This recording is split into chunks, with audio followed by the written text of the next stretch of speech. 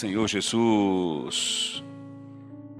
Vamos ler alguns versículos antes de tudo.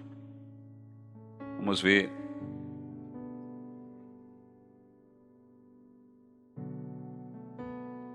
Primeira Pedro.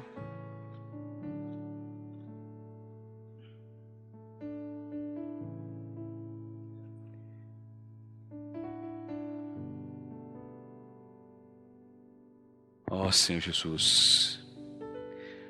2 Pedro capítulo 1, versículos... Amém, irmão? Nós estamos retomando, as nossas reuniões para paz. O objetivo das nossas reuniões, desse encargo que chegou no nosso coração, foi depois de uma conferência, não essa que passou, uma outra na instância, onde muitos assuntos foram apresentados ali, e entre eles estava o assunto referente aos pais, as dificuldades. Então, os irmãos estimularam que as regiões pudessem assumir esse serviço. Nós temos serviço de jovens, temos serviço de casais, e sentíamos falta de um serviço para pais, um serviço que pudesse dar orientação, pudesse dar apoio aos pais.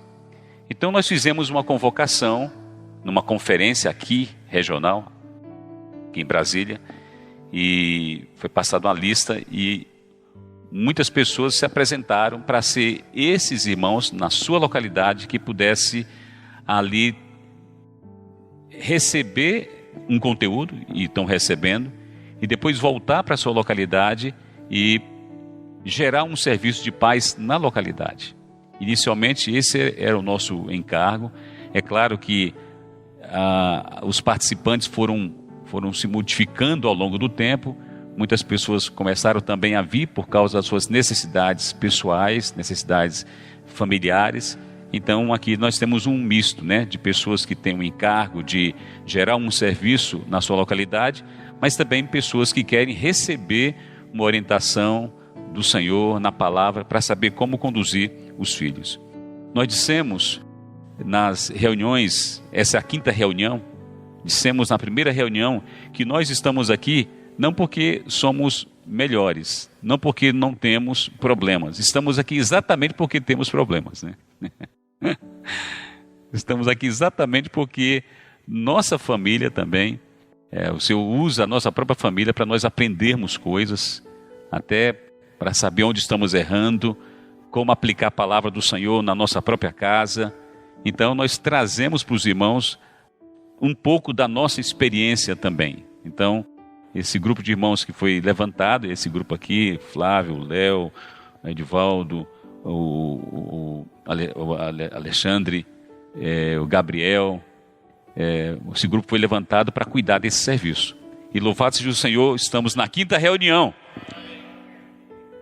E aqui nós temos a reta final dos corajosos, A reta final daqueles que começaram e prosseguiram e estão aqui para finalizar essa reunião e esse ciclo. Depois vamos ter reunião, uma comunhão, os irmãos que coordenam, para saber como seguir adiante, como seguir doravante. Mas vamos fechar esse ciclo e depois vamos dar prosseguimento. Então, um assunto que nós estamos tratando não é um assunto simples, é um assunto de alta complexidade, Alta complexidade. Nós estamos falando de pais, uma palavra para pais que têm filhos. Então, essa nossa reunião, ela recebeu o seguinte título, Reunião especial para pais, irmãos e irmãs que cuidam de crianças, cuidam de adolescentes, para adolescentes jovens, e tem aqui desafios da paternidade bíblica nos tempos atuais. Esse aqui é o nosso tema. Desafios. São 3 palavras que a gente colocou aqui para a gente estudar e ter comunhão. Desafios. Nós estamos num desafio muito grande. Cuidar de filhos hoje é um grande desafio. É um grande desafio. O Senhor praticamente leva os pais a se colocarem de joelho, pedindo a Ele misericórdia para que os filhos sejam salvos. É um desafio. É um desafio porque nós não estamos lutando com um oponente pequeno, estamos lutando contra o mundo. Um mundo que se desenvolveu nesses 6.000 anos, onde tem estratégias novas para destruir famílias. Estamos no final dos tempos. O inimigo investe com muita força. E infelizmente, não somente famílias que não têm o Senhor perdem filhos, mas também como famílias que têm o Senhor também perdem filhos. Então isso gera em nós um desespero para nós conversarmos, termos comunhão, para saber o que fazer para que nossos filhos, a nossa família possa ser guardada, né? Então é um desafio. E nós estamos lidando com os nossos filhos de maneira diferente. Nós somos pais. A paternidade que nós exercemos em casa, ou a paternidade que devemos exercer em casa, é uma paternidade bíblica. É uma paternidade que está voltada para a palavra de Deus. Não é algo da nossa cabeça, não é algo que nós recebemos como modelo do mundo, não. A paternidade que nós queremos exercer na nossa casa é bíblica. E as famílias terão mais sucesso na medida que aplicarem os princípios da palavra de Deus na sua casa. Não tem como nós recebermos instrução dessa paternidade que é bíblica e nós aplicamos na nossa casa os conceitos humanos. Não tem como. Então nós precisamos estar aqui juntos para receber uma orientação do Senhor e aplicar esta mesma palavra na nossa casa. A paternidade é bíblica. Vamos falar, nossa paternidade. Não, vamos falar, nossa paternidade é bíblica. E aqui diz, nos tempos atuais. Não é uma paternidade que está sendo exercida há 20 anos atrás, era diferente. Antes da Segunda Guerra Mundial, é diferente. A paternidade que nós exercemos hoje é uma paternidade completamente complexa.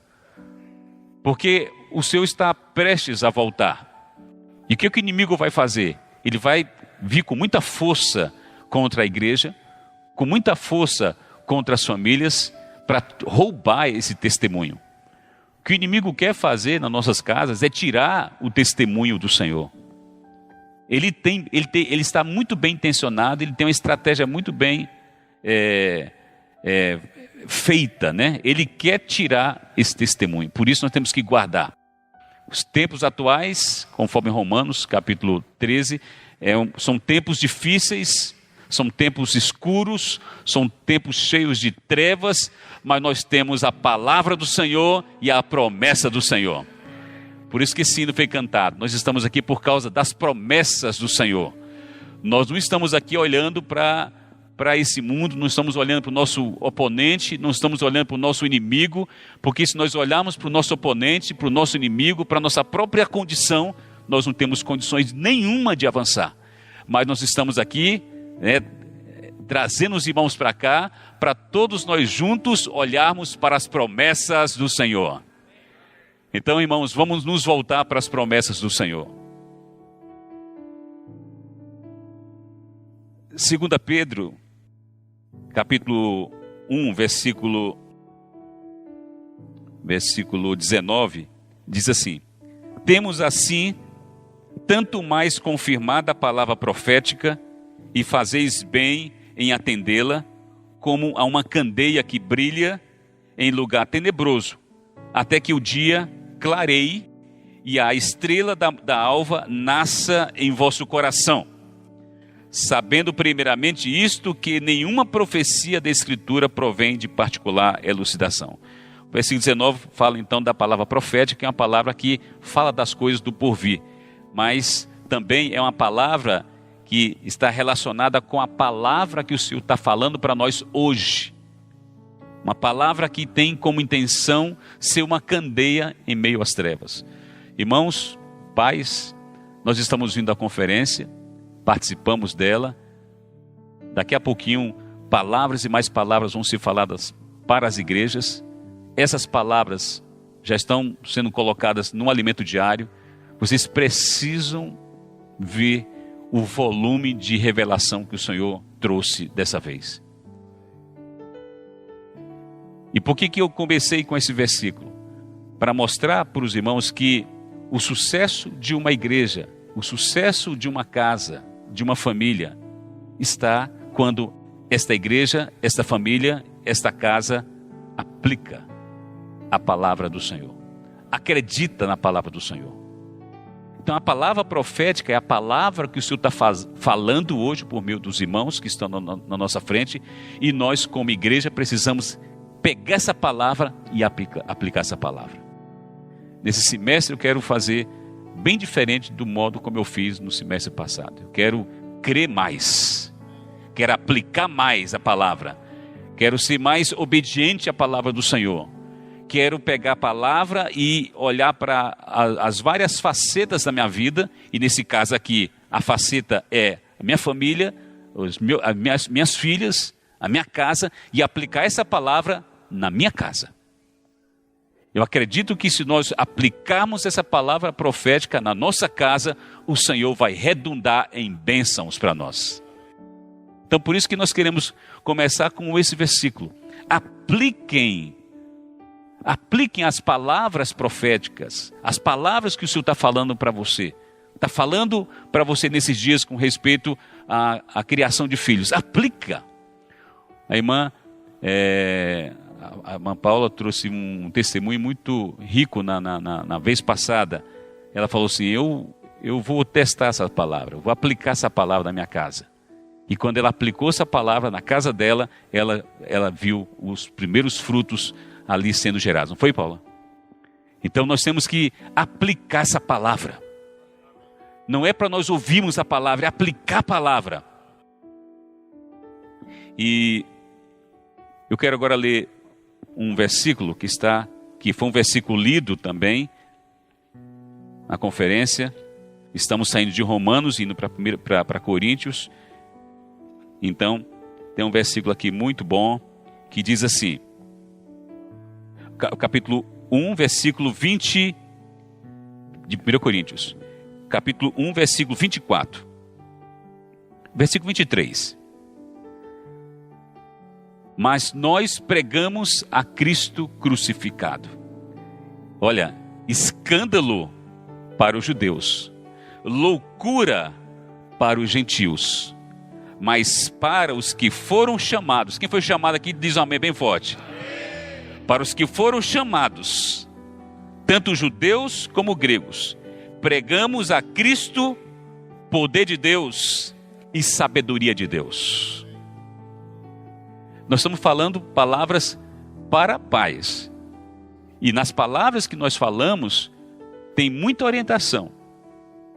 E às vezes nós queremos pegar essa palavra, e está correto, e queremos aplicar tal qual nós ouvimos na nossa casa. Nós precisamos unir a palavra que nós estamos ouvindo aqui ao Espírito. Nós precisamos unir a palavra que nós estamos falando aqui, para que não saia como palavra de homem, para que não seja a aplicação da palavra de um pai ou de uma mãe, seja uma palavra aplicada em casa, sob a dependência do Senhor, com fé, com oração, dependendo do Senhor, para que essas palavras tenham poder. Tem momentos na nossa criação de filhos, enquanto criamos nossos filhos, que não tem nenhuma palavra humana que dê jeito. Nós fazemos tentativas, mexemos de um jeito, mexemos de outro jeito, mas parece que nada acontece. Nós precisamos de poder. O poder é de Deus. Esse poder é Cristo. E aqui também diz, Cristo é tanto o poder de Deus, como também a sabedoria de Deus.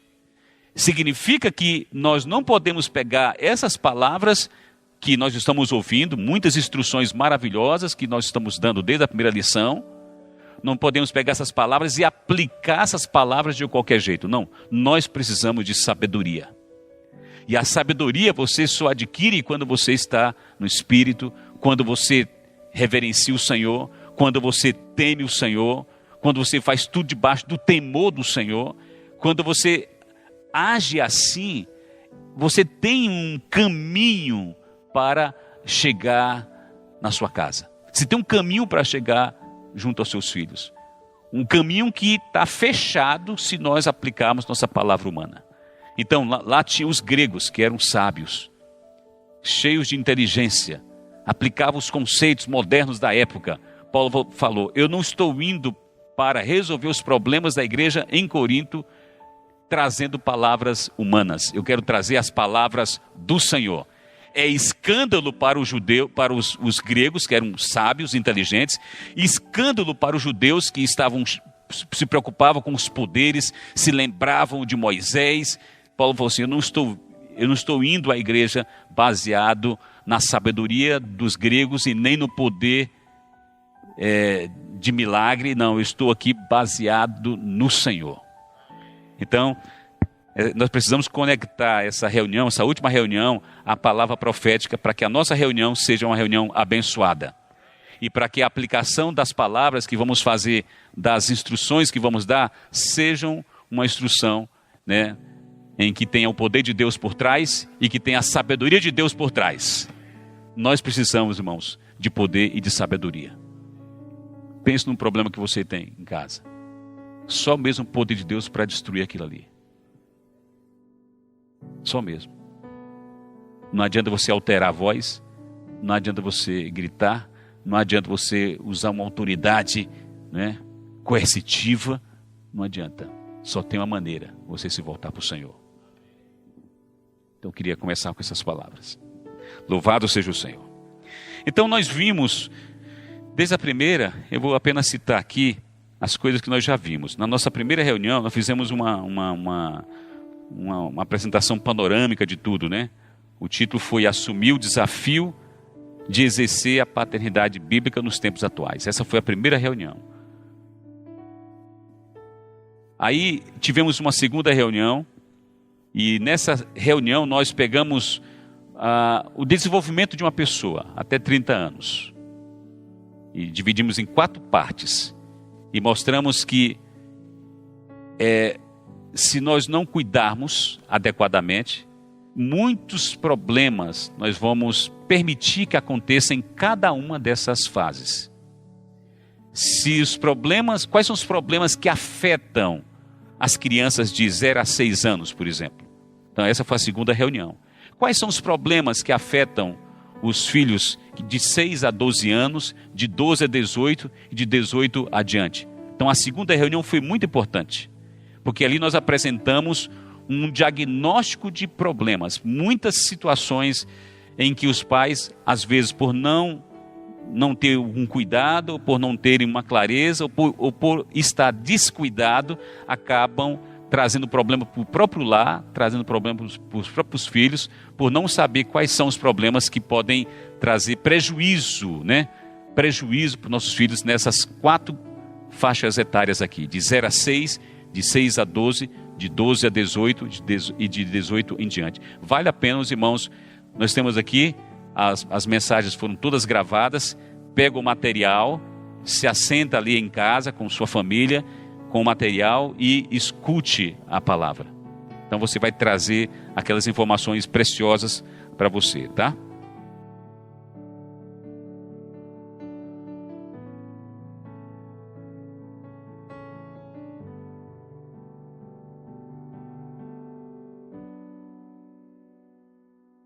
Essa foi a segunda reunião.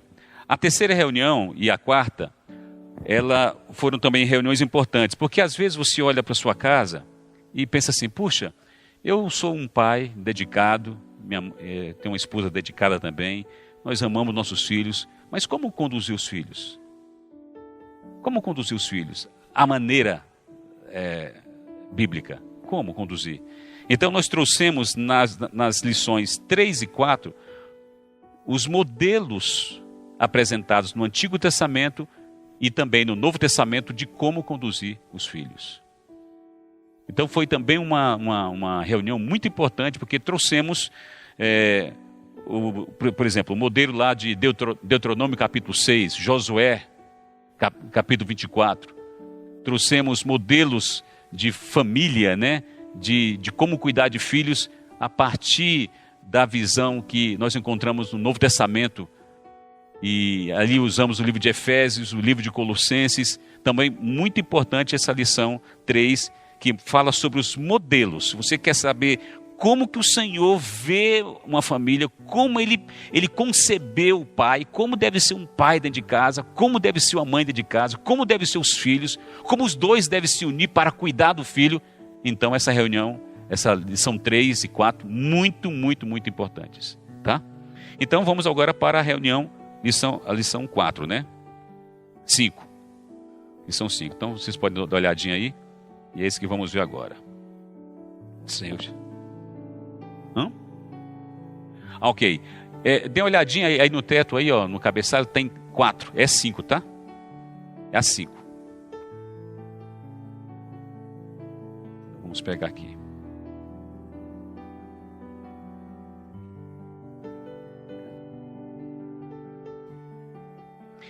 Ó Senhor Jesus. Amém.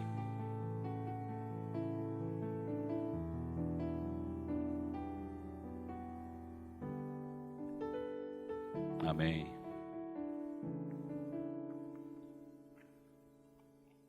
Mas também é papel demais. Mas eu acabei me encontrando aqui, eu peguei outra coisa aqui. Então vamos aqui para essa quinta parte. Entender as fases que envolvem as crianças, os pré-adolescentes, adolescentes e jovens. E nós pegamos aqui exatamente o desenvolvimento de uma pessoa até seus 30 anos. E dividimos essa grande faixa etária de 0 até 30 em 4 partes. E não fomos nós que fizemos isso. Os especialistas em desenvolvimento humano, em psicologia também, que principalmente psicólogos cristãos, eles estabelecem esses 4 grupos, essas 4 grandes fases. E eles mostram que para que você cuide dos seus filhos adequadamente, você precisa saber o que significa cada uma dessas fases e como você deve se portar em cada uma dessas fases. O que acontece conosco, pais, é que nós utilizamos simplesmente o amor para cuidar dos nossos filhos e também a disciplina para cuidar dos nossos filhos e vários conceitos que nós temos e aplicamos nos nossos filhos independentemente de ver em que fase ele se encontra. Se você aplica, né, o que você colocou e deu para os seus filhos nesse período de 0 a 6 anos e quer fazer a mesma coisa com os filhos de 6 a 12, não funciona. Então essa reunião é importante porque ela apresenta exatamente essa grande faixa etária de 0 a 30, divide em 4 partes e mostra como o filho é em cada uma dessas 4 partes e como os pais devem atuar em cada uma delas. É uma luz muito grande. Você é muito ajudado porque você só precisa saber quantos anos tem seu filho. Ah, meu filho tem de 0 a 6, então tem uma maneira de lidar com ele. Ah, seu filho tem de 18 a 30, tem uma maneira de lidar com ele. Ah, ele tem de 6 a 12, também tem uma maneira de lidar com ele. Então, os pais, ao longo da criação dos filhos, precisam também desenvolver. Eles precisam também avançar e amadurecer no trato com os filhos.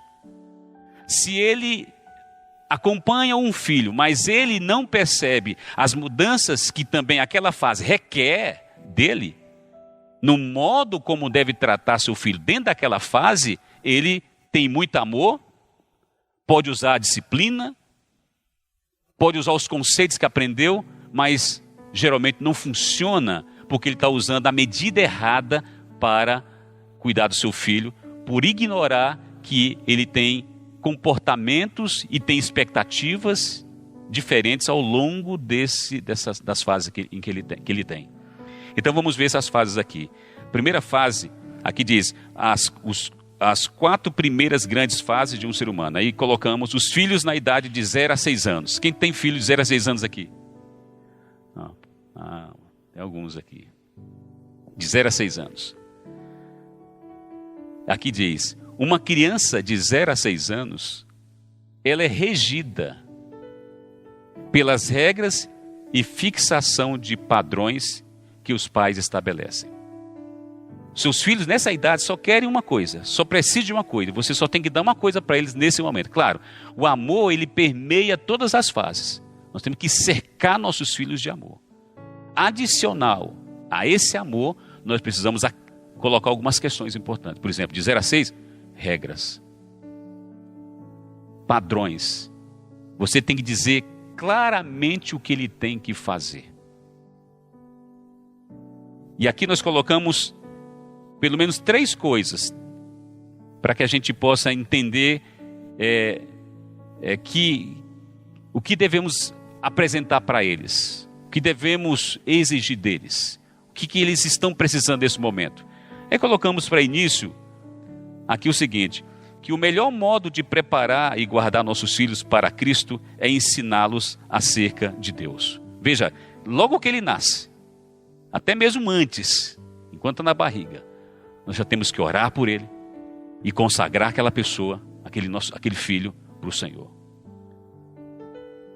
Você tem que ter no seu coração que a sua responsabilidade maior com os seus filhos, principalmente nessa fase, é semear Cristo para dentro deles. E com respeito a semear Cristo para dentro deles, nós temos algumas coisas que a gente precisa aqui como que apresentar como maneiras, né, em termos práticos. O que significa semear Cristo para dentro deles? Por exemplo, é falar da justiça de Deus. Deus é justo. Ele tem que saber desde o início que Deus é justo. Só isso pode salvar um filho. Por que o mundo tem corrupção? O mundo tem corrupção porque tem injustiça. Se as pessoas tivessem sido ensinadas desde o berço que Deus é justo, e a expectativa de Deus na vida dele é que ele seja justo, nós teremos um mundo muito melhor. Então nós devemos dizer, Deus é justo. Então várias situações dentro de casa nós podemos levantar para exercitar isso, para colocar nos nossos filhos de que Deus é justo. Deus não é injusto. Deus é justo. Deus é santo e Deus é amor. Então, são situações. Você tem filho de 0 a 6 anos, começa a pensar em situações em que você vai ensiná-lo a esse fundamento acerca de Deus. Deus é justo. Não faça isso porque Deus é justo. Não faça assim, não se vista assim, não fale assim, porque Deus é santo. Quando você percebeu alguma maldade, não faça isso, Deus é amor. Tá certo? Então você está trabalhando os primeiros fundamentos no seu filho. E esse fundamento, você sabe que para fazer uma casa você tem que cuidar dos fundamentos. E esse fundamento sobre a grandeza de Deus, sobre os atributos de Deus, nada é mais forte do que isso. Porque se isso impregnar dentro deles, eles vão temer o Senhor. Vão ser pessoas justas, vão ser pessoas santas e vão ser pessoas cheias de amor.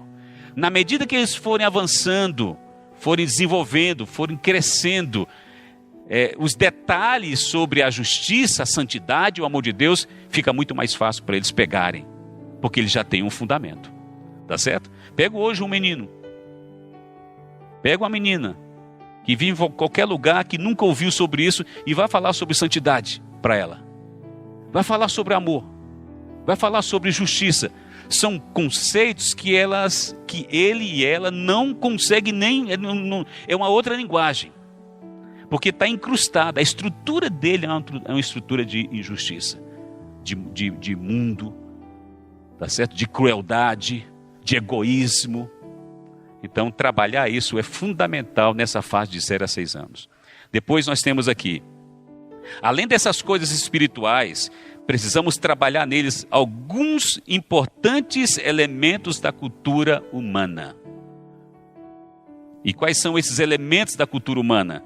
Obrigado, por favor, com licença, desculpe-me, respeitar os mais velhos e outras coisas dentro das habilidades, virtudes e valores humanos. Só isso aqui já dá para você muito trabalho, muito serviço. Quantas situações do dia nós não temos na nossa casa em que o filho, naquele momento, ele precisa ser abordado. Não, por favor. Não, você recebeu algo? Obrigado.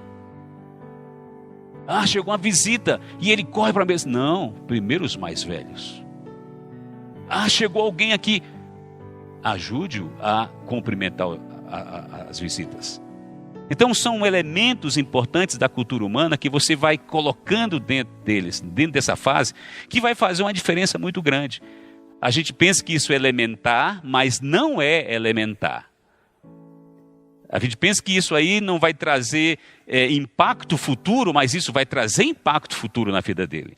Então nós precisamos não espiritualizar no trato com os nossos filhos. Qualquer coisinha, vamos orar. Vamos ler a Bíblia. O que ele precisa naquele momento são comandos diretos. Não faça isso. Isso é injusto. Não faça isso. Isso não é santo. Deus não gosta disso. Opa, não faça isso. Você desrespeitou o mais velho, a pessoa mais velha. Não faça isso. Ou você foi até lá e arrancou o brinquedo da mão da pessoa. Você não pediu licença. Tá certo? Então esses pontos são fundamentais. Terceiro elemento é: use a vara para corrigir o ataque à autoridade. Isso também está dentro dos fundamentos. Está dentro dos fundamentos. Muitos pais deixam de fazer isso nessa fase de 0 a 6 anos, onde é o momento de se fazer, e querem fazer isso lá depois de 12 anos, quando ele se sente agredido. A vara nessa idade não funciona. Nós temos que usar uma outra estratégia, não é mais essa. A fase em que você usa a vara, de acordo com a Bíblia apresenta, estão aqui alguns versículos, Provérbios 22, versículo 15, 23, versículo 13. Aqui diz: a estutícia, que significa tolice, está ligada ao coração da criança, mas a vara da disciplina a afastará dela. Imagina um monte de mosca. Se você coloca alguma coisa doce ali, a mosca chega e toma de conta daquele lugar. Se você não disciplina os seus filhos, os vícios, os problemas, as tolices como moscas vão invadir aquela criança. E ele vai ficar infestado de coisas negativas. Porque não teve nada que afastou daquela criança aquelas coisas negativas. Mas a vara funciona. E aqui, muitos pais têm dificuldades de saber o momento de usar a vara. O que significa usar a vara? Você pega uma sandália, dá uma palmada no bumbum dele. Usar a vara não tem nada a ver de puxar cabelo, puxar a orelha, beliscar, empurrar. Isso é agressão. Você está muito mais irado do que realmente está ali em um ato de disciplina. Agora, quando você chama a pessoa, leva para um lugar, não na frente dos outros, e você diz por que você vai fazer isso, em que ele desobedeceu, e você então pega uma sandália e dá uma palmada de advertência no bumbum dele para arder e ele sentir, e isso acontecer 1, 2, 3 vezes, até ele se afastar daquele mau comportamento, nós podemos perder os nossos filhos. O amor, ele tem uma expressão, e a expressão do amor não é cobrir o pecado, a expressão do amor é a disciplina. Então, alguns pais têm dificuldade de saber, qual é o momento em que eu vou disciplinar o filho? Qual é o momento que eu tenho que dar uma palmada nele? Qual é o momento que eu tenho que chegar forte nele e dizer, olha, você vai ser repreendido, vai apanhar por isso? Quando? Nós estamos dentro de casa, a mulher está envolvida com arroz, feijão, cozinhando, lavando, a panela de pressão está... Aquilo enche a paciência de qualquer um. Então, qualquer coisa que o filho faça, você já pensa que é o momento de você usar a vara. Ele chega sujo, mamãe, mamãe, bem na hora que ele está indo para a escola, mamãe, olha aqui, ele está todo sujo. Aí você pensa, vou disciplinar o meu filho. Você tem que diferenciar as coisas que ele faz porque é uma criança, as coisas que ele faz porque ele é desarrumado mesmo, ele é incompetente mesmo, no sentido de ele não saber fazer, a coordenação motora dele não está ainda bem trabalhada, ele está ali à mesa, ele vai pegar o garfo para comer e solta o prato, quebra tudo. Isso aí não tem nada a ver com o mau comportamento. E é exatamente nesses momentos que os pais pensam que precisam disciplinar. Se você derramar essa comida de novo, você vai apanhar, tá? Aí ele é incompetente, a coordenação motora dele não funciona. Ele pega e solta de novo. Aí você, tá vendo, desobedeceu. Não desobedeceu nada, ele não soube fazer. Então há uma diferença entre incompetência juvenil, ou falta de coordenação motora, ou ato infantil de uma pessoa imatura, de não saber o que fazer, como fazer, e ele ferir a sua autoridade. Ferir a autoridade significa que ele olha para você, depois que você deu um comando. Se assente aqui. Se assente aqui. E ele se levanta e peita você. Isso não tem nada a ver com incompetência. Não tem nada a ver com o fato de ele ser criança. Não tem nada a ver com falta de coordenação motora. Ali ele desafiou uma autoridade. E o que ele vai ser pela frente com respeito às autoridades futuras, professores, policiais, etc., ele tem isso aqui como um molde. Se ele desafiou e ele não reconheceu limites, não foi disciplinado, não houve consequência, ele vai continuar fazendo isso, se o Senhor não tiver misericórdia, por todo sempre. A delinquência nasce exatamente no momento em que os filhos têm sucesso em desafiar os pais e a sua autoridade e nada acontecer. Nasce um delinquente aí. A primeira figura de governo que o Senhor estabelece dentro de uma casa não é o presidente, não é o professor. A primeira figura que o Senhor estabelece são os pais. Então os pais precisam exercer a paternidade bíblica, e aqui ele deve cuidar de administrar a disciplina toda vez que ele ferir a autoridade, e não quando ele agiu por ser uma criança, por ser arteira, etc. Tá bom? Então, esses são os pontos fundamentais nessa fase de 0 a 6 anos. Tá claro aqui? Conseguiram diferenciar o que é um ato infantil de um desafio, de uma agressão à autoridade? De um filho empurrar o pai? Empurrar o pai é uma questão infantil? Não. Olhar para você, pegar a porta e olha para você e fica olhando, quando você olha, ele pum, fecha. Isso aí é incompetência juvenil? Isso é coisa de criança? Não. Isso é desafio à autoridade. Ele precisa conhecer governo ali. O Léo colocou um ponto muito importante, eu ganhei muito. No momento, quando é que os filhos reconhecem a autoridade? É quando o pai age usando a vara? Os filhos reconhecem a autoridade dos pais quando o pai é a autoridade. A autoridade não é a disciplina, a autoridade é a pessoa do pai. E essa pessoa do pai, ele é o primeiro, ele é um exemplo para o filho de alguém que também se submete a Deus. Uma pessoa que tem comunhão com Deus, ele sente a presença de Deus nela. Então a autoridade vem daí, não vem do instrumento. Eu ganhei muito isso aí. Então são duas coisas. Se você quer exercer a autoridade, então saiba como exercer e saiba que você tem que ser alguém que também está sujeito à autoridade de Deus. Ok, vamos aqui para essa segunda fase. Os filhos na idade de 6 a 12 anos. E aqui nós temos essa fase aqui chamada são os pré-adolescentes, de 6 a 12 anos. Nessa fase, os filhos são regidos pelo quê? De 0 a 6, regras, padrões. Mas de 6 a 12, eles são regidos por outra coisa. Aí vamos dar uma lida.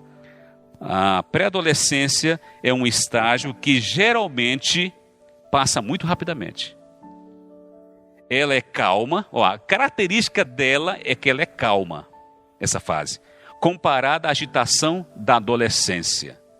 Se as crianças tiverem de ser boas alguma vez, elas serão boas durante a pré-adolescência. É uma fase muito boa mesmo, essa aqui. É por isso os pais admitem que tudo está indo razoavelmente bem nesse período. Quando alguém pergunta, como é que está? Ah, é maravilhoso, eu tenho um filho maravilhoso. Pergunta a idade, de 6 a 12 anos. Porque de 0 a 6 você está correndo atrás dele, ele te cansa. De 12 em diante, você está lá fora correndo atrás dele. Mas de 6 a 12, ele está perto de você. Ele está colado em você. Então essa é uma fase importante para você administrar tudo que é importante. Porque ele está perto, ele quer. Então aqui diz, é por isso os pais admitem que tudo está indo razoavelmente bem nesse período. Uma vez que a criança, de modo geral, olha aqui, ó, captem isso, parece cooperar, elas querem cooperar. Procura agradar e gosta de estar com a família. Olha para o seu filho de 6 a 12 anos. Elas querem cooperar. Mãe, deixa eu ajudar a senhora. De 6 a 12 anos. Elas gostam elas querem agradar. É por isso que elas se metem em colocar um tamboretezinho ali e tentar fazer uma comida para a mãe, para o pai. Você pensa, meu Deus, está tentando agradar você. E elas gostam de estar com a família. Rapaz, me leva. Rapaz, não sei onde o senhor estava. Rapaz, o tempo todo. Por que Deus colocou essa fase? É aqui onde nós temos que perceber. Deus criou essa fase de 6 a 12 anos exatamente porque estamos nos aproximando da adolescência. E essa fase vai ser uma fase onde você vai implementar, complementar tudo aquilo que não foi possível se fazer, porque ele era criancinha de 0 a 6 anos. Aqui, como a capacidade cognitiva dele está mais formada, ele tem mais condições de avaliar tudo que está sendo feito com ele. Então, tudo que você está colocando, está semeando, entra com mais força, é mais fértil. Lembre-se, ele quer cooperar, ele quer agradar e ele quer estar com a família. Os pais, porque luxam nesse período, é o período em que os pais acham que cansados dos filhos de 0 a 6 anos, porque teve que correr, eles pensam, agora é a hora de eu ficar de férias. E aqui é onde os pais se distanciam. E você está perdendo uma excelente oportunidade de se aproximar do seu filho. Então, vamos ver alguns pontos importantes dentro dessa fase. 1. A pré-adolescência é a última grande chance de manter seu filho ao seu lado. É a última grande chance de manter seu filho ao seu lado. Então, veja a quantidade de coisas que você pode fazer para manter o filho adjunto de você. Então, você tem aqui. Aí tem perguntas, né? Que você já abraçou seu filho hoje? Abraço. Agora é a hora de abraçar. Dedicar tempo. É hora de você ficar com ele, voltar do trabalho, mesmo cansado, e gastar tempo com ele. Você está cansado, mas ele não. É o momento de você instilar valores. Você vai trabalhar os valores. Aí entra de novo a justiça, né? Ser grato. Um monte de valores que nós temos que você pode trabalhar com eles nessa fase. Você pode ler histórias. Quando você lê histórias e você, né, se coloca dentro de um personagem daquele, isso marca, ele sorri, aquilo entra, penetra no seu coração, aquela imagem fica forte, aquele valor fica forte. Isso é colocar dentro do coração dele. Isso tem poder. Lá na frente, quando ele precisar resgatar valores, ele vai ter essas imagens que você depositou nessa fase de 6 a 12 anos, uma fase em que eles estão ali prontos, eles são esponjas, eles estão ali para poder receber tudo. Não se afaste, esse é o momento de você se aproximar, e é a última chance que você tem. e você ensina também sobre sexo. Esse é o momento. Esse é o momento de 6 a 12, de 6 a 12 anos. Você põe a diferença. Olha, está aqui, ó. A Bíblia fala, ó, Adão, Eva, depois aparece Caim e Abel. Como é que eles nasceram? Deus criou homem, criou mulher. Então os dois ficaram juntos, né? Você viu aqui, ó, tem um piu-piu aqui. Aqui é o momento que você vai ensinar, né? A diferença entre sexo. Ele fica, ele está aprendendo, ele está recebendo essa imagem. Essa imagem vai definir a sexualidade dele. Aquilo que os pais não gostam de fazer porque ficam constrangidos, até eu fico constrangido de falar. Essa palavra é a palavra que vai definir a sexualidade dele, acredita? Coisa que nós só queremos falar depois dos 12 anos, quando a gente acha que ele compreende. Mas só que ele está aprendendo de 6 a 12 anos tudo que é inadequado a respeito de sexo. Lá ele está ouvindo que tanto faz homem com homem, mulher com mulher, e ele está vendo assim. Porque ele como esponja está recebendo essas informações. E aqui, então, é o momento de você dizer: homem é homem, mulher é mulher. Homem tem pênis, mulher tem vagina. Você fala que isso se junta e nasce filho. Isso não acontece com homem, não, de jeito nenhum. Com mulher, de jeito nenhum. E ele fica desenhando dentro dele. Isso é importante. Então, o que é necessário para o desenvolvimento dos pré-adolescentes? Eles precisam desenvolver. O que é necessário? Então, vamos ver aqui. Primeira coisa, eles gostam de imitar. Eles desenvolvem a sua pré-adolescência pela imitação. Lembra? De 0 a 6, eles são regidos pelo quê? Pelas regras, os padrões. Mas eles são... Um pré-adolescente, ele é desenvolvido na medida em que ele vai absorvendo as coisas da pessoa que ele mais admira, e que ele mais admira naquele momento são os pais dele. Então ele fica olhando, e vai aprendendo, vai assimilando, e ele faz igual. Imitação. Aqui não é mais regra, aquela coisa dura, porque lá atrás você podia falar isso para ele e eles repetiam porque eles não tinham julgamento. Agora não, eles já começam a entender, eles querem compreender um pouquinho sobre aquilo ali. Então agora não adianta você impor, agora é exemplo. Aqui é o momento em que as nossas palavras têm menos força do que os nossos exemplos. Quando você fala com os filhos de 0 a 6 anos, a sua palavra tem força. Quando você fala com os filhos de 6 a 12 anos, o que tem força não são as palavras, é o exemplo.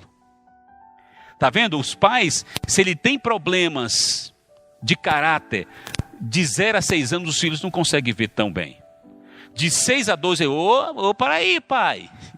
Igual eu estava numa casa, eu achei muito interessante. Tem um monte de história para contar, mas que acontece que não permite o tempo, né? Mas acontece porque eu achei muito engraçado.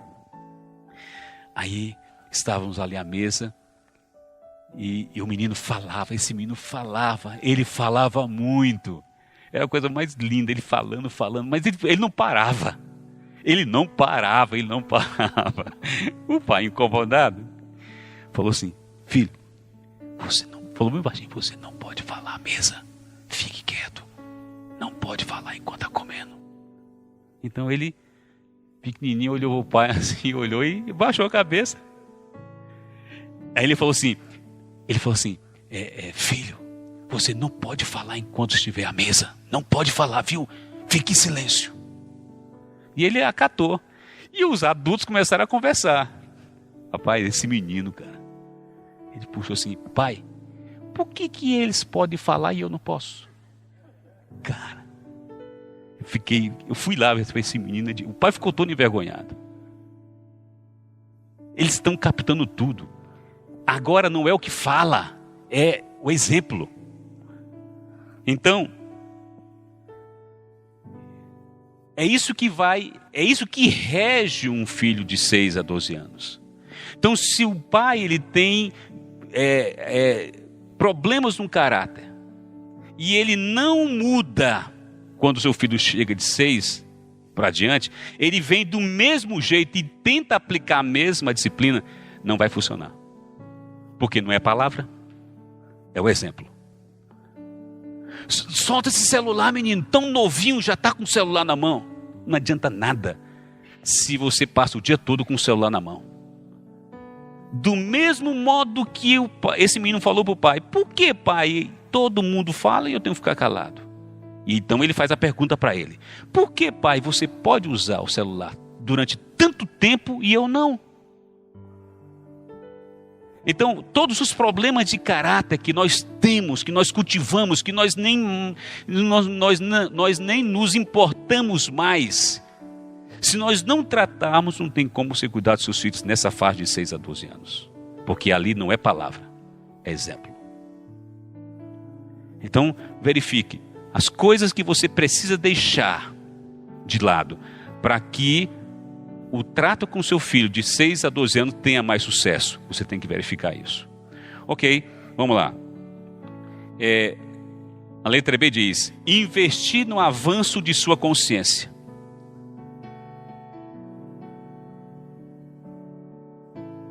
Você sabe o que é a consciência? A consciência é o governo interior que limita o homem de fazer coisas erradas. Ele tem uma consciência.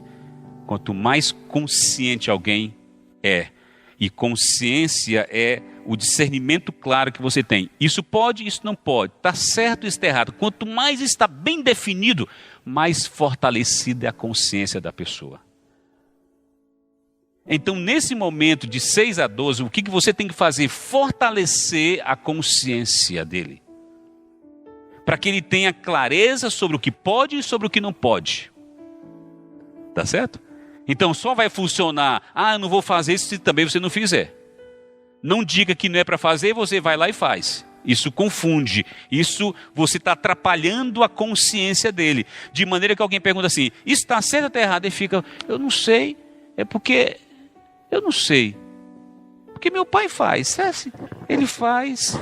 Ele pede para eu não fazer. Eu vejo o outro não fazendo, o outro fazendo. Estou confuso. Está vendo? A consciência dele é frágil. Pegou? Isso é importante. Desenvolver a consciência dos filhos nessa fase é o que é de mais importante aqui. E, por último, de pessoas, como é que se desenvolve um pré-adolescente? Confiando nelas.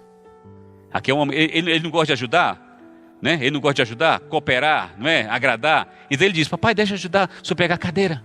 Ele quer agradar. Então ele está aqui, ó. Ele está aqui junto de você, tentando fazer alguma coisa para te agradar. Nesse momento o pai percebe e diz: opa, é o momento de eu demonstrar que confio nele. Ou nela. Claro, vem aqui, me ajuda. E ele pega a cadeira e olhando para você, né? E ele fica olhando para você. Aí ele põe aqui. Aí você, ó, eu sabia que você era capaz de fazer isso. E você fortalece. Entendeu? Você confiou nela. Agora quando você diz assim: menino, você não está vendo que essa cadeira é pesada demais para você? Sai daqui agora.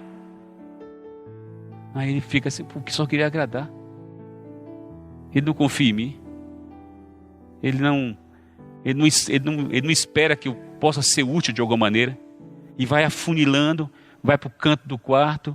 Chega um ponto que alguém lá na sala: fulano de tal, quem pode fazer isso? Todas as imagens de derrota dentro dele vêm. E então ele não se oferece mais. Está vendo? Nesse momento é o momento em que você tem que apoiar. Confiar. Ok, vamos agora para a terceira fase, né? Não. Terceira fase.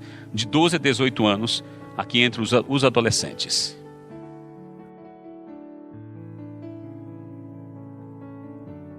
Criar filhos adolescentes não é o mesmo que criar filhos de 0 a 6, de 6 a 12. É completamente diferente. É outra gravidade. São outras leis, é uma outra forma de encarar o assunto. Aí lá vem um pai desorientado, aplica a mesma regrinha de 0 a 6. Aí ele fala: menino, punho de 12 anos, você. Aí diz: você o quê? Hein? Você, ele não está lá para receber mais, ele não é assim que funciona mais. Filho, vem cá, por favor, você não contribui em casa em nada, por que você o tempo todo está na rua, você tem que ficar aqui para estar sua mãe? Se ele pudesse falar, ele falava, essa época já passou, não aproveitou, não aproveitou. Agora, de 12 em diante, é uma outra realidade, é uma outra situação. E os pais precisam de uma adaptação. Precisa saber que, do mesmo modo que o filho avançou, se você quiser alcançá-lo, você precisa mudar também. Na verdade, os contrastes que nós temos familiares entre pais e filhos se dá pelo fato dos pais não avançarem nas fases junto com os filhos. Ele permanece com a mesma matriz, com o mesmo modo de pensar, com o mesmo modo de agir que ele aprendeu e ele aplica em todas as fases, não reconhecendo que há peculiaridades, que há características, que há jeitos diferentes. Tá certo? Então vamos ver aqui alguns pontos relacionados com essa adolescência. Criar e educar adolescentes não é o mesmo que criar e educar filhos de qualquer outra idade, porque as crianças mudam de modo impressionante nos anos da adolescência. Mais que em qualquer outro momento da história, elas precisam desenvolver, olha aqui que é a chave, elas precisam desenvolver um relacionamento pessoal e cultivar valores cristãos. Então, nesse ponto, você tem que levar o filho a ter comunhão com Deus. Porque só mesmo Deus, regando a consciência que você semeou lá atrás, trabalhou lá atrás, é que pode fazer com que ele não se envolva com um monte de coisas. Você não está mais por perto. A única coisa que ele tem é a consciência. Se ela foi bem trabalhada, certo, errado, bem trabalhada, e ainda você, com sabedoria, leva esse jovem a buscar o Senhor, a ler a palavra, a cantar, a estar nas reuniões, ele o tempo todo está regando a consciência, de modo que para ele fica muito claro que está certo e errado. Então, quando ele está num bando, quando ele está num grupo, ele tem mais possibilidade de se defender. Tá certo? Então, por isso que a comunhão com Deus é importante. Muitos pais querem filhos adolescentes de volta, ignorando que o caminho é ajudá-lo a ter comunhão com Deus. Não é pela força. De novo, o pai precisa avançar. Ele também tem que buscar o Senhor. Então, o que é adolescência? Imagina uma ponte. Está aqui uma ponte. Adolescência, você tem a fase da infância, uma ponte, você tem o outro lado que são os jovens. Então a adolescência é exatamente essa ponte.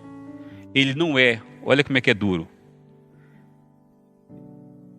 Quem é que gostaria de levantar pela manhã e alguém perguntar assim, quem é você? Qual é o seu nome, irmão? Rios.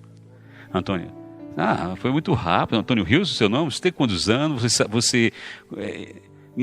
Quais são os seus valores? Ele tem resposta rápida. Por que ele tem resposta rápida? Porque ele sabe quem ele é. Um adolescente, ele não tem essas respostas rápidas. Ele tem dificuldade de saber quem são.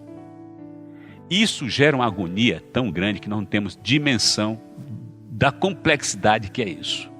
Não saber quem é. Porque ele está em constante transformação. Até o conceito de belo muda. Hoje ele olha para o espelho, estou lindo. Não, que ele vira as costas, menino, vem cá, ele olha para a mãe, quando ele vira de outra pessoa. Já apareceu um negócio que ele não esperava. Então ele está mudando fisicamente, psicologicamente, espiritualmente, ele está mudando em todos os sentidos. Essa é a fase da confusão dentro dele. Ele é confuso porque ele está confuso. As relações são confusas porque tudo está confuso. É uma usina de mudanças tão grandiosas acontecendo dentro dele. E o que os pais mais precisam fazer nesse momento é apoiá-lo, é conversar. é entender que ele está passando por isso. Você diz assim: menino, você não respondeu ontem para mim que não queria isso, mas agora eu quero. Por que agora ele quer? Ele já mudou. Aí ele foi e conversou com um colega. Aí o colega faz isso. Ele chega em casa. E aí, menino, e sobre isso? Já penso diferente.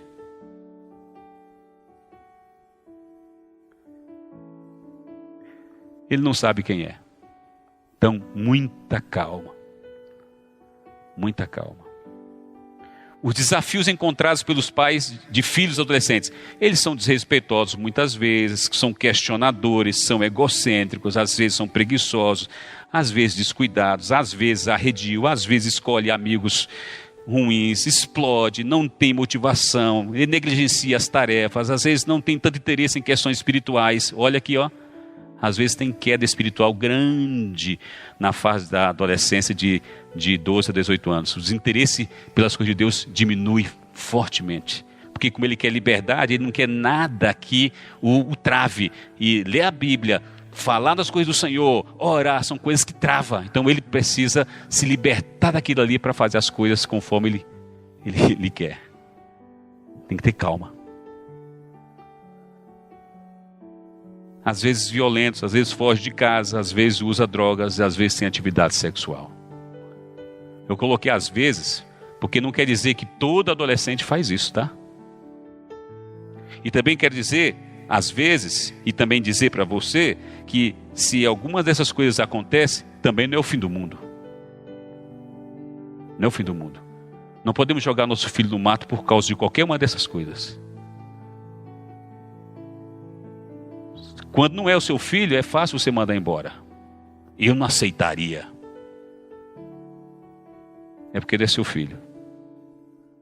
Ele é meu filho. E sempre vai ser meu filho. Se comportando bem ou se comportando mal, sempre vai ser o meu filho. O que eu preciso, o que você precisa também fazer, é me ajudar a como trazer esse menino, a guardar ele. Ele é um adolescente. Ele precisa de ajuda, de apoio. Ninguém tem que jogar pedra em adolescente. Aborrecente. Nunca se usa a palavra da minha boca e nunca vai sair essa palavra da minha boca. Eu nunca vou chamar um menino de aborrecente. Nunca. Nunca. Eu nunca vou dizer coisas que vão estigmatizar, vão batizar. Ele vai se ver daquela maneira. Eu nunca vou fazer isso. Não, é um bom menino. É um adolescente. Uma fase importantíssima que Deus criou para que ele possa amadurecer. São os primeiros passos para a vida adulta. Ele precisa dessa fase. Nós, pais, é que precisamos nos ajustar para poder cuidar.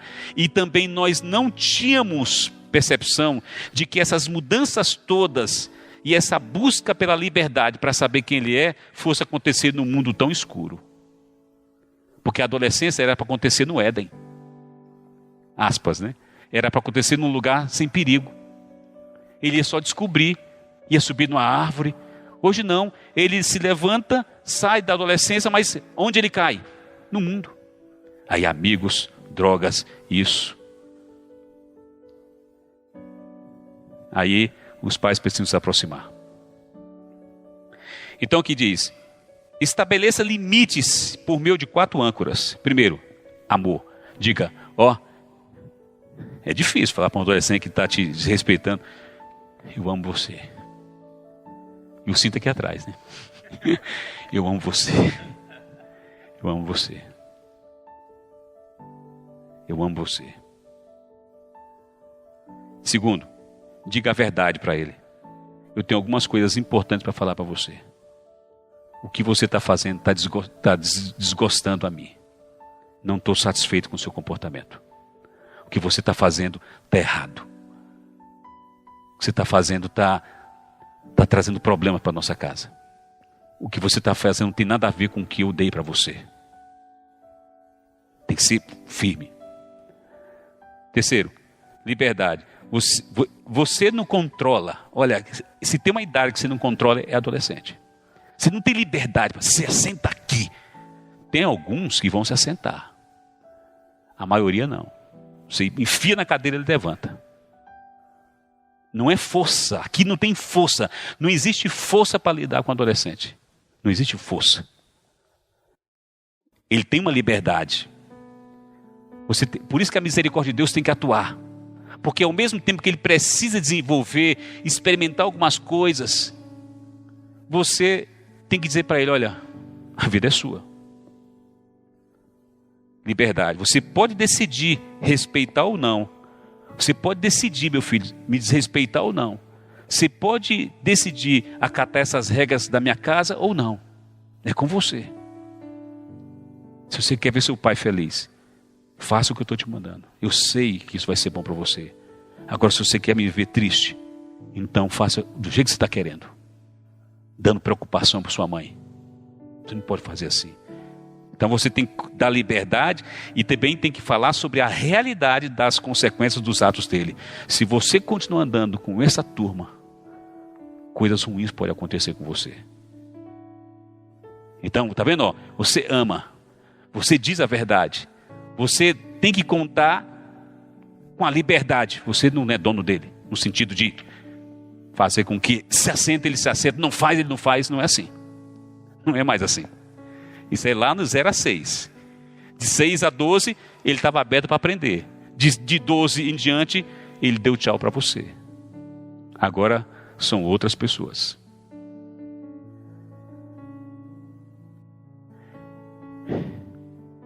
Porque muitos pais evitam estabelecer limites. Muito importante isso aqui. Por que pai tem medo assim, você não vai fazer isso, tá? Tá certo?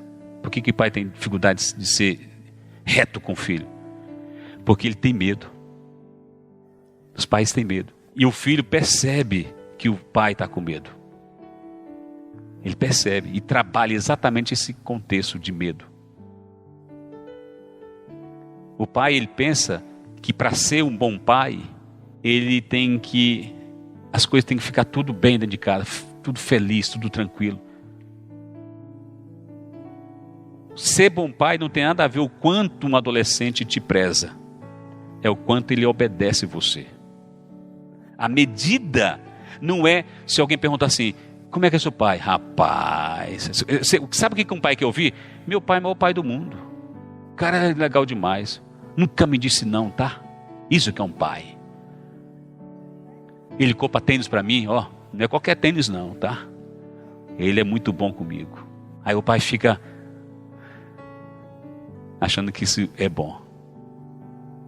O bom pai é quando você ouve o filho falando, e aí, como é que é seu pai? Rapaz, lá em casa não é brincadeira não, viu? Lá em casa tem regra. Não, vamos pular ali. Não. Se eu chegar lá em casa fora da hora, meu pai me pega, vai me repreender. Você tem que se orgulhar em quando você ouvir seu filho falando isso de você.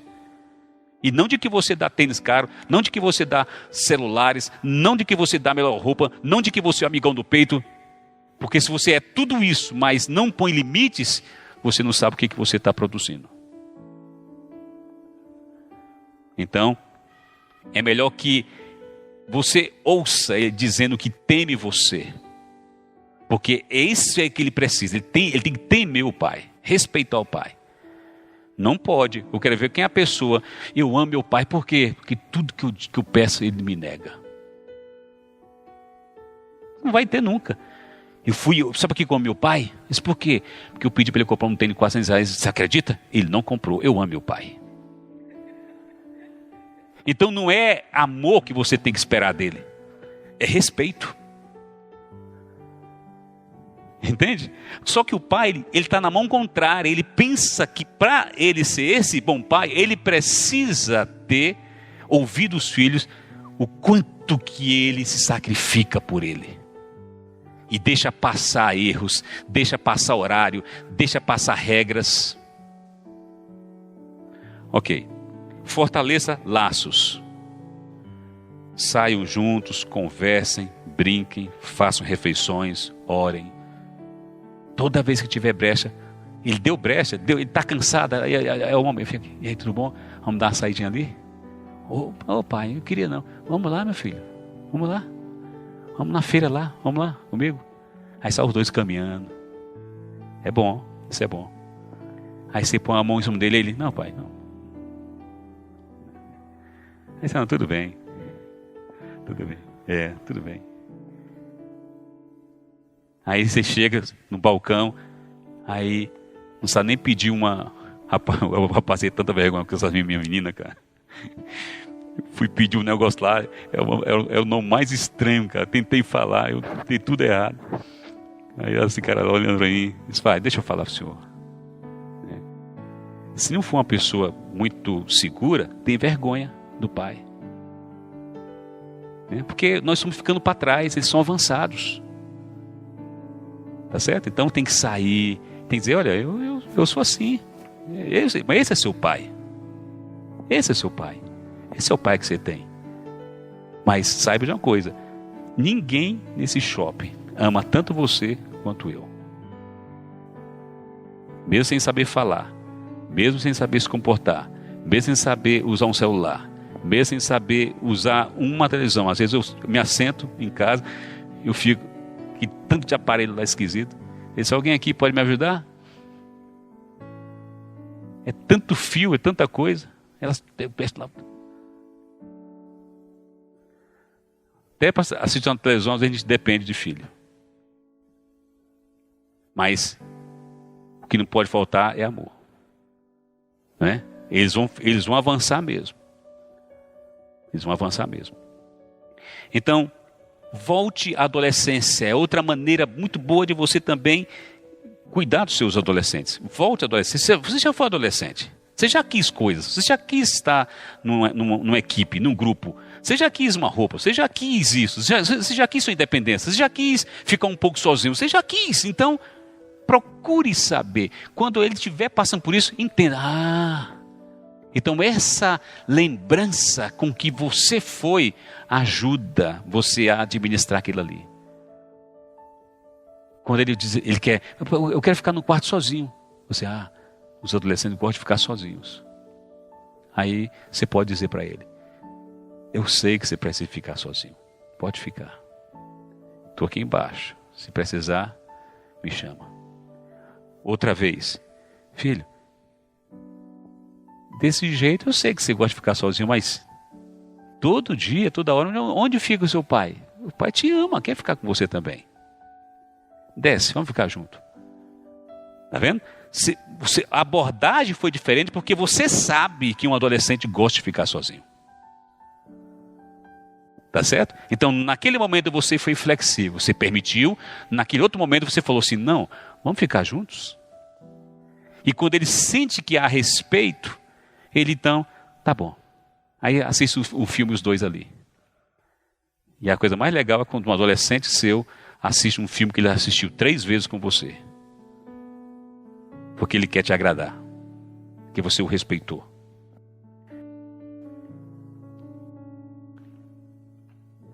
Então é assim que nasce a empatia, a sabedoria, o discernimento, a esperança. Mantenha laços de amizade com outros pais. Isso aqui é muito importante. Tem momento que você não consegue lidar com seu filho de 12 a 18 anos. Sabe o que tem que fazer? Qual desses pais aqui o meu filho mais tem afeição, mais tem relacionamento, tem mais intimidade? É com o César. Opa, César. Rapaz, se aproxima ali da minha menina. Vai lá, conversa com ela, leva ela para casa. O César, que também tem filhos, tem sentimentos, diz, não, fica tranquilo, Zé. Aí liga para a pessoa, vem aqui comer na minha casa. Só essa chamada já tirou ela de um outro lugar ruim. E aqui o César vai ter chances de falar coisas que eu não sei falar, que precisa de um ambiente emocional propício que eu não sei falar. Eu fico nervoso, eu fico chateado, eu abuso. Mas ele não vai fazer isso. Ele diz, não, fica assim não. Seu pai te ama. É um conciliador. Os pais da igreja, os pais que nós temos na igreja, são conciliadores da relação pai e adolescente, quando ele não sabe lidar com ela. Por isso nós temos que permitir que nossos filhos andem na casa dos irmãos, sobretudo daqueles pais que podem ajudar, porque ali ele tem um conselho. têm experiência, eles estão abertos. Tá certo? Ok. Filhos na idade de 18 a 30 anos e fecha. E aqui você tem uma idade muito importante, né? De 18 a 30 anos. Olha aqui, ó, olha como avançou. Lembra? De 0 a 6, padrões, regras. De 6 a 12, eles estão calmos. Como é que você desenvolve um pré-adolescente? Pela imitação, né? Exemplo, de 6 a 12 anos, aí você tem que se aproximar deles. Eles se afastam um pouquinho de você. De 18 em diante, você tem uma preocupação. Eu preciso ajudá-lo a se tornar um homem, uma mulher, um servo de Deus. Um homem e uma mulher que assuma a responsabilidade. Que sabe que a vida é dura, que tem que estudar, que tem que namorar, noivar, casar. Logo, logo ele vai sair de casa. Então você está treinando o seu filho para sair de casa. Na verdade, os filhos que nós temos é um exercício desde quando nascem até realmente a saída deles. É um exercício em que você os ajuda a saírem de casa. E os pais que sabem disso sofrem muito menos do que aqueles que pensam que os filhos devem estar na sua aljava por todo sempre. Não são, não estão. Eles saem de casa. Então, como é que você vai entregar para a sociedade? Como é que você vai entregar para a igreja? Como é que você vai entregar para um marido? Como é que você vai entregar para uma esposa? Um filho maduro. Que saiba as suas funções de homem, suas funções de mulher. Que se tornou um cristão temente ao Senhor. Tá bom? Então, não há nada mais nobre na vida do que moldar seu filho para que vire um homem, uma mulher, um cristão e um rei para assumir o mundo que há de vir. Todo filho deseja ser mentoreado pelo pai. Então, nesse momento aqui, como ele está mais maduro, ele chega e pergunta: pai, isso, pai, aquilo. Ele já está saindo da adolescência. Então ele tem mais confiança, ele sente que você está ali mais para apoiar do que para mandar. Você está ali mais para ajudar ele a realizar os sonhos dele. Então ele quer ser mentoreado, ajudado. Ok, então os outros pontos aqui referente aos jovens são muito parecidos, então eu vou deixar de ler, depois vocês deem continuidade. Mas só um exemplo, quem joga xadrez... Existe um movimento de uma peça chamada peão, ele movimenta uma casa, são 8 casas. 2 casas, 5 casas, 6. Quando ele chega na 8ª casa, ele é premiado, ele agora se torna... Ele recebe uma coroa e passa agora a ter movimentos livres dentro do tabuleiro.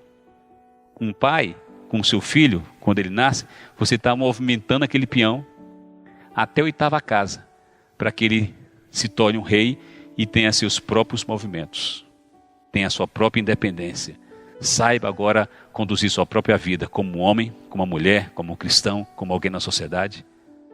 Está livre, ele agora aprendeu, está vendo? São fases importantes que um pai deve procurar desenvolver. E para encerrar, eu coloquei últimas orientações. O que nós colocamos aqui são as coisas que funcionam, é o mundo que nós gostaríamos que acontecesse em todos os lares, mas nem sempre acontece, né? Tem muitas coisas que aparecem e acabam trazendo problema. Então, às vezes, o Senhor colocou uma história de Lucas capítulo 15, de um filho que sai de casa. Essa história ali também é para mostrar para muitos pais que às vezes um filho sai de casa, vai para o mundo. Mas lá deixou um exemplo para nós, o pai todo dia olhava pela porta, na expectativa do filho voltar. Nunca desista dos seus filhos. Mesmo que eles estejam hoje comendo comida de porco, não desista dele. É seu filho ainda.